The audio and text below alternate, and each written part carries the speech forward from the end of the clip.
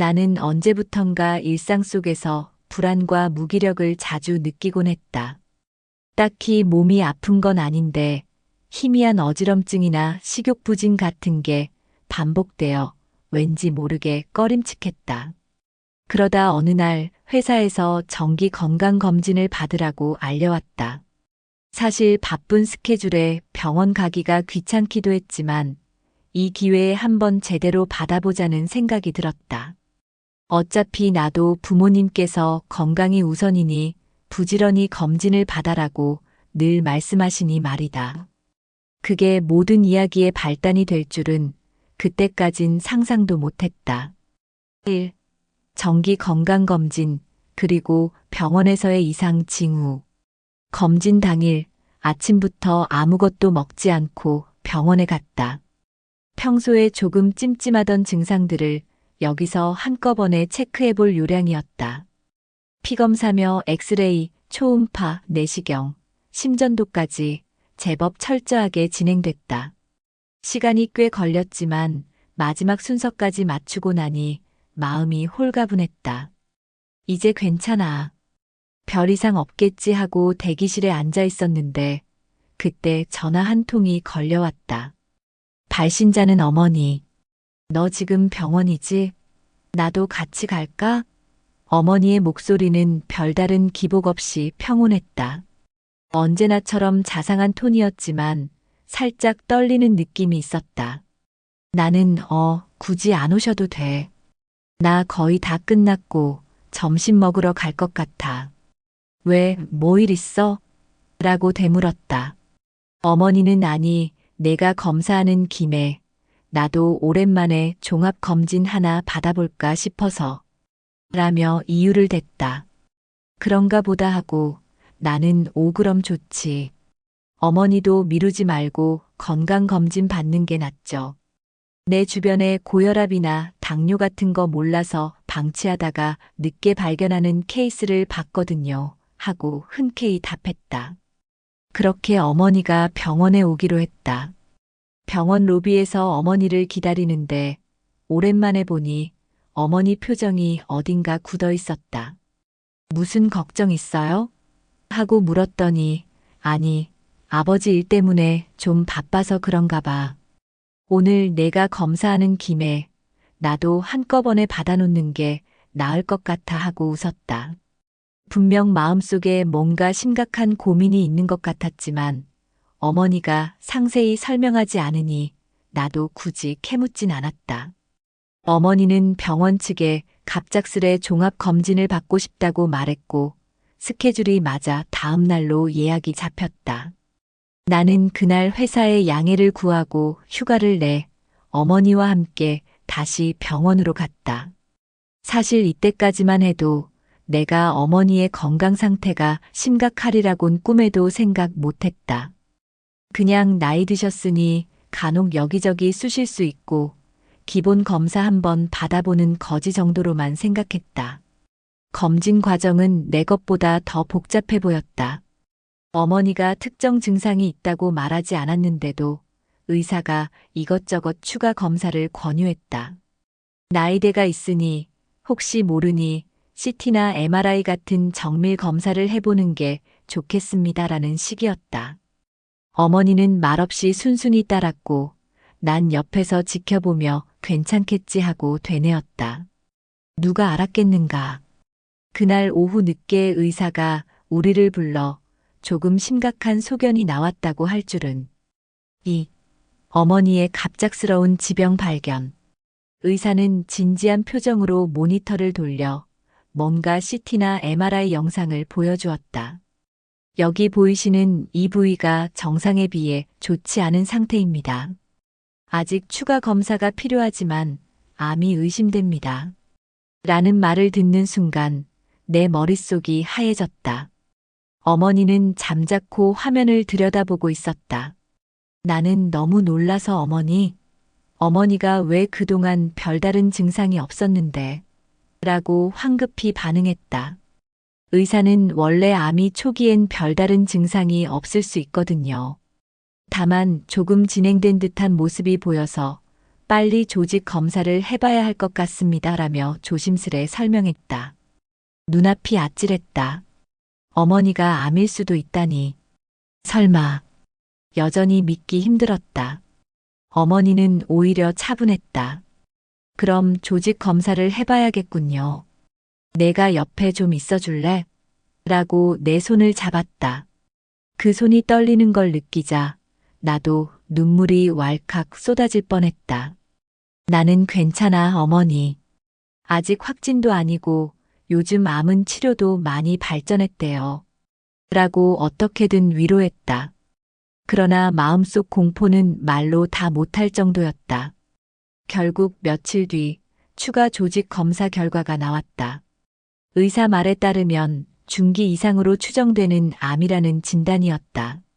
확정적인 병명까지 나오고 나니 하늘이 무너지는 느낌이었다. 어머니 역시도 큰 충격을 받으셨지만 가족인 내게 울지 마. 괜찮을 거야. 요즘 치료 잘 되면 살 수 있다고 하잖니라며 되레 날 달랬다. 그런 모습에 더욱 슬펐다. 왜 어머니가 자꾸 나를 위로해야 하나? 분명 본인이 제일 힘드실 텐데. 곧바로 치료 계획을 세워야 했다. 수술이 필요한지, 항암 치료는 어떻게 할지 의논해야 했다. 그러면서 가족회의가 불가피했다. 아버지에게도 알리고 형제자매에게 연락해야 했다. 그런데 아버지가 전화를 받자마자 고심 끝에 알겠다. 그런데 지금 내가 상황이 좀 안 좋아서 하면서 뒷말을 흐렸다. 난 그 말이 무슨 뜻인지 이해가 되지 않았고 내심 어머니가 암일 수도 있는데 무슨 상황 타령이냐라고 생각했다.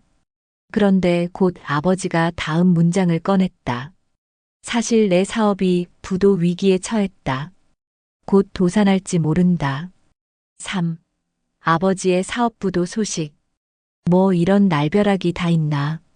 어머니한테서 듣긴 했지만 실은 아버지가 좀 전에 뭔가 문제가 있다고 했다는 얘기가 이거였나 보다.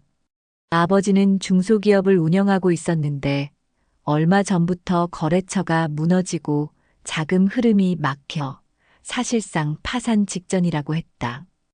은행 대출이 잔뜩 쌓였고 직원들에게 월급도 못 줄 형편이라고 하소연했다. 아버지도 더는 버틸 재간이 없단다. 이대로면 내가 집까지 날리게 생겼어. 아버지 목소리는 한없이 낮았고 그 속에서 깊은 자괴감이 느껴졌다. 다른 때라면 아버지, 괜찮아요. 실패는 누구든 할 수 있어요. 차근차근 정리하면 다시 일어날 수 있잖아요. 라며 희망을 주려 했겠지. 하지만 지금 상황이 그렇게 단순하지 않았다. 어머니는 암이 의심되고 아버지 사업은 부도 직전이라니. 모든 게 한 번에 무너져 내리는 기분이었다. 아버지도 어머니 병원비가 클 텐데 내가 도와주지 못해 미안하구나.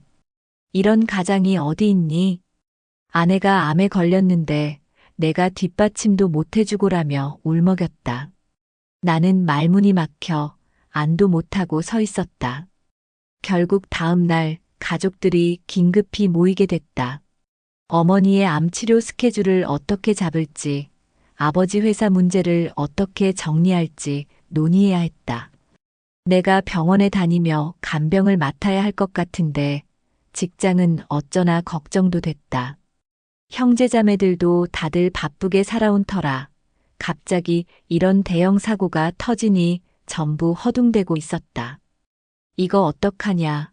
엄마 병원비에 아빠 사업부도에 우린 준비된 게 없는데. 형제 중 한 명이 한숨을 쉬었다. 아버지는 앉아서 죄인처럼 고개를 들지 못했다. 엄마는 결국 내가 병원비가 많이 드니 내 아버지가 부담을 더 느꼈을 거야. 둘 다 같은 시점에 터지니 하늘이 무심하지라며 자책했다. 나는 우선 엄마 치료부터 안정적으로 하자. 수술이 필요한지, 항암은 어떤 방식으로 갈 건지 정해야 해라고 의견을 냈다.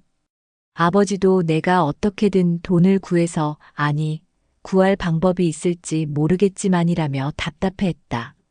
정말 막막했다. 어머니는 크게 걱정하지 말라고 하는데 사실 걱정 안 할 수 있나. 암 투병은 장기전이고 그 비용과 체력 소모가 어마어마하다고 들었다. 아버지가 사업이 멀쩡했다면 그나마 덜했을 텐데 지금 부도 위기라면 가장 현실적인 시나리오는 집과 회사 자산을 정리해 몇 푼 건지고 아버지도 무일푼이 된 채로 재기를 모색해야 할 판이었다. 4. 혼돈과 절망. 그 며칠간 나는 정신적 공황 상태에 가까웠다. 어머니의 건강검진을 그냥 같이 받았을 뿐인데 이렇게 급박하게 암 진단이 나오다니. 암이 더디게 자라는 유형이라면 천만다행이겠지만 혹시 이미 전이된 상태이면 어쩌나 하는 공포가 몰려왔다. 병원에서는 최대한 빨리 수술 일정을 잡자. 그래야 항암 치료든 뭐든 진행이 가능하다고 독려했다.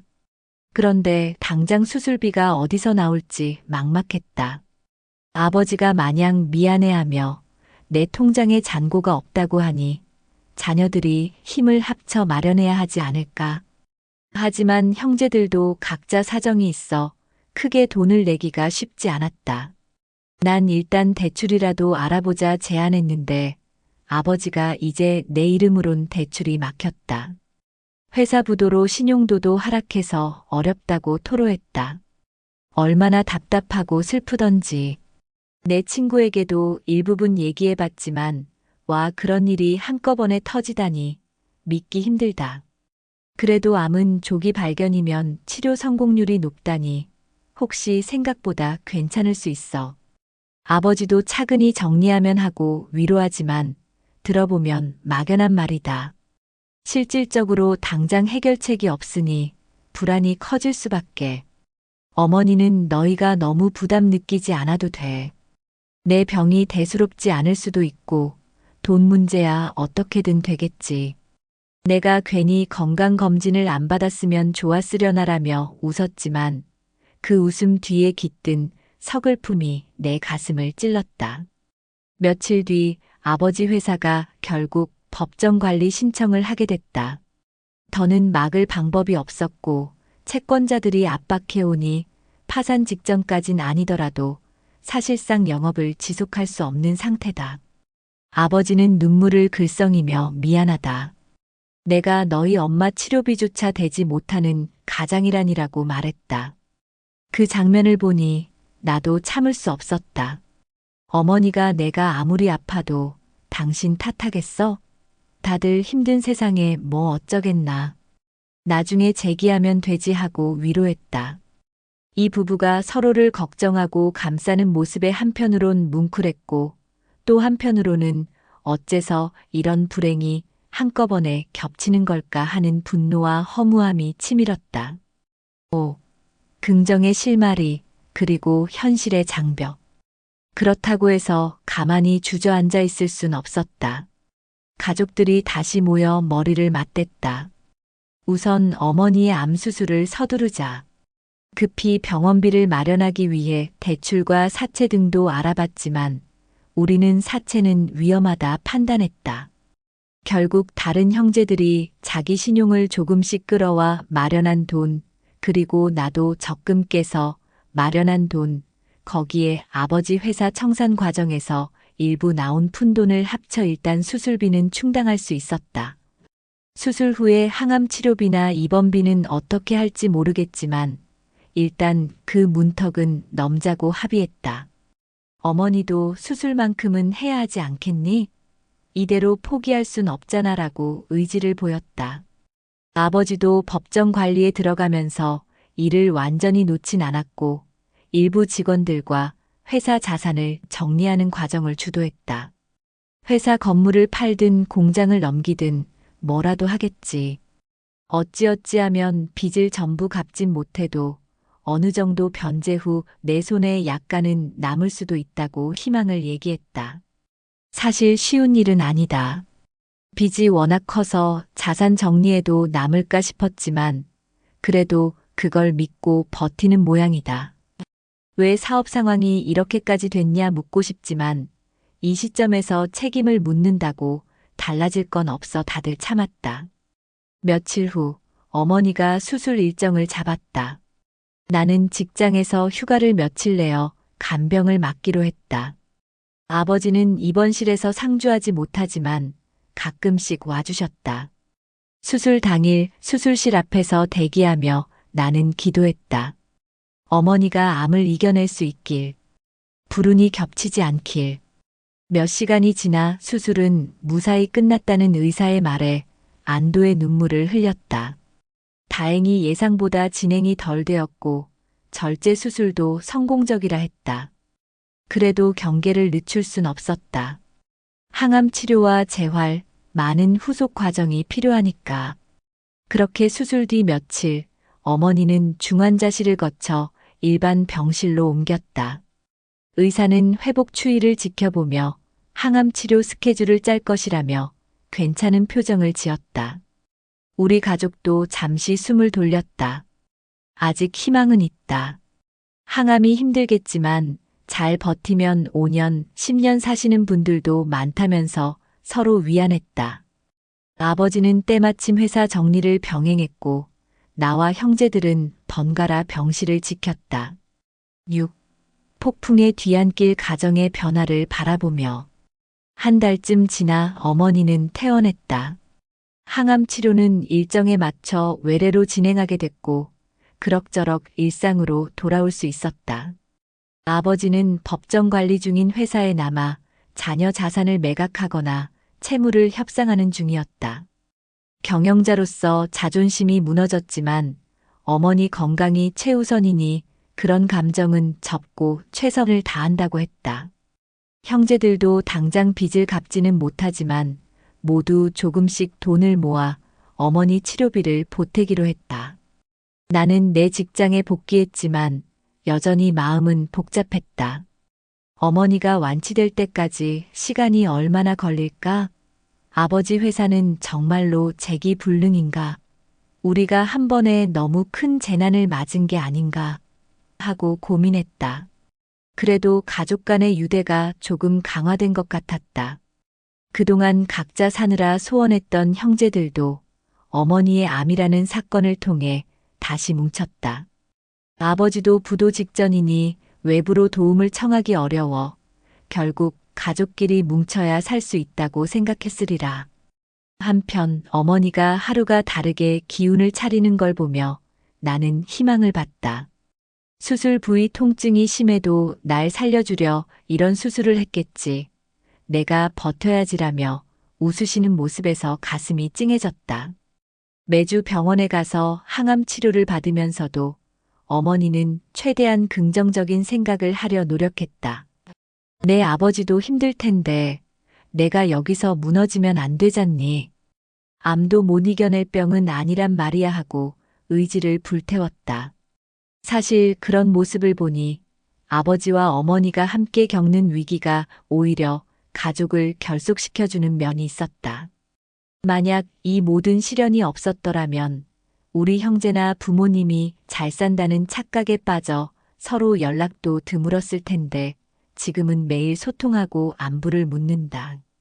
힘들면서도 가족이 뭔가를 다시금 깨닫는 기회가 된달까. 7. 그럼에도 남은 과제들. 물론 모든 게 다 좋아졌다는 뜻은 아니다. 아버지는 법정 관리 절차가 길어지면 회사가 완전히 청산될 수도 있고 그 과정에서 빚이 얼마나 남을지는 알 수 없다고 한다. 집도 담보로 잡혀 있어 최악의 경우 우리가 오랜 시간을 보냈던 가족집을 처분해야 할지도 모른다. 형제들이 각자 도움을 주고 싶어도 경제 사정상 크게 보탤 형편이 되진 않는다. 나는 어떻게든 모아둔 돈이 조금 있었지만 벌써 어머니 수술비에 보태느라 대부분 사용했다. 이젠 내 생활비도 빠듯하다.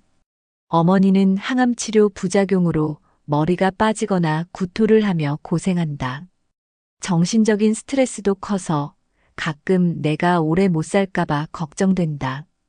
그러면 내 아버지는 어쩌나 하며 우울해진다. 그렇다고 내색 많이 하면 아버지가 더 힘들어하니 밝은 척 하시다가 밤엔 몰래 우신다. 나 역시 지쳐갈 때가 많다. 회사 일, 어머니, 간병, 집안 대소사까지 챙기려니 몸이 서너 개라도 모자랄 지경이다. 가족이라는 건 묘하다.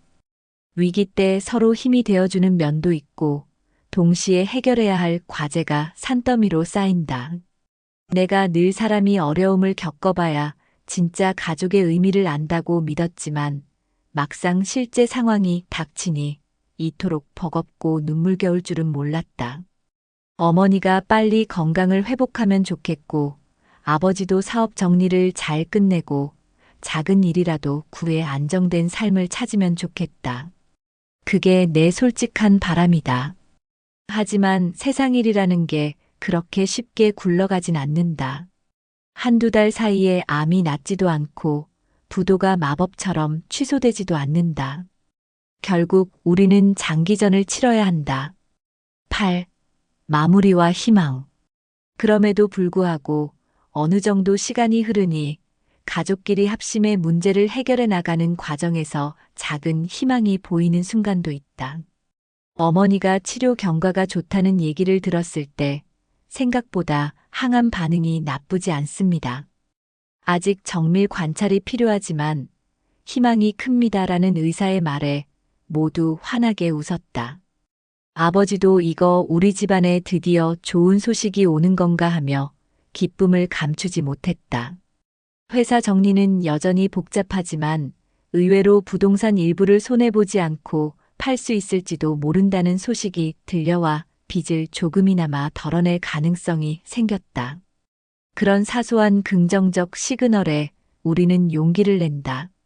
돌이켜보면 불과 한두 달 전만 해도 어머니가 암이라니 아버지는 부도 직전이라니라고 절망만 했었는데 이제 마음을 다잡고 나니 살아낼 길이 보이긴 한다. 물론 이 글을 쓰는 지금도 어머니는 병실에 누워 약물 치료 중이고 아버지는 서류와 채권자 미팅 등으로 정신없이 뛰어다닌다.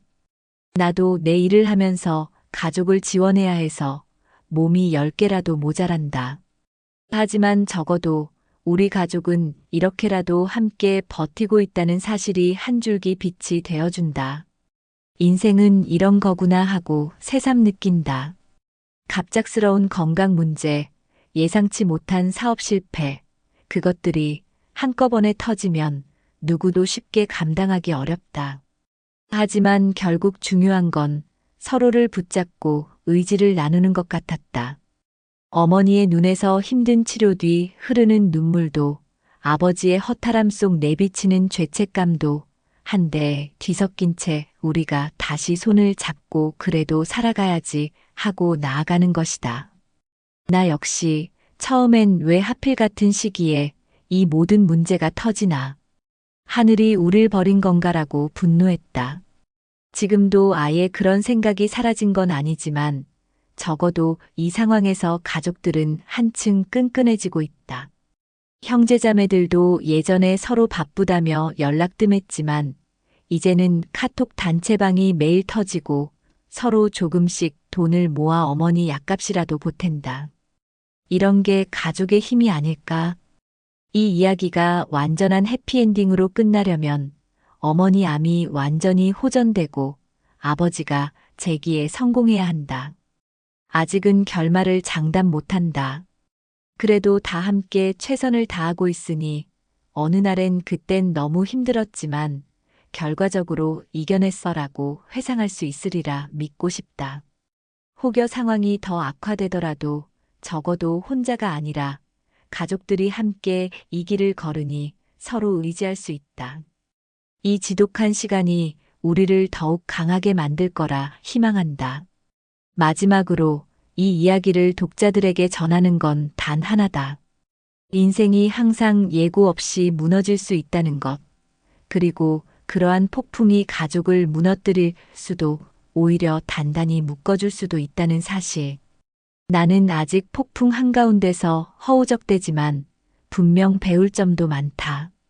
어머니가 그래도 너희가 있어 기운이 난다.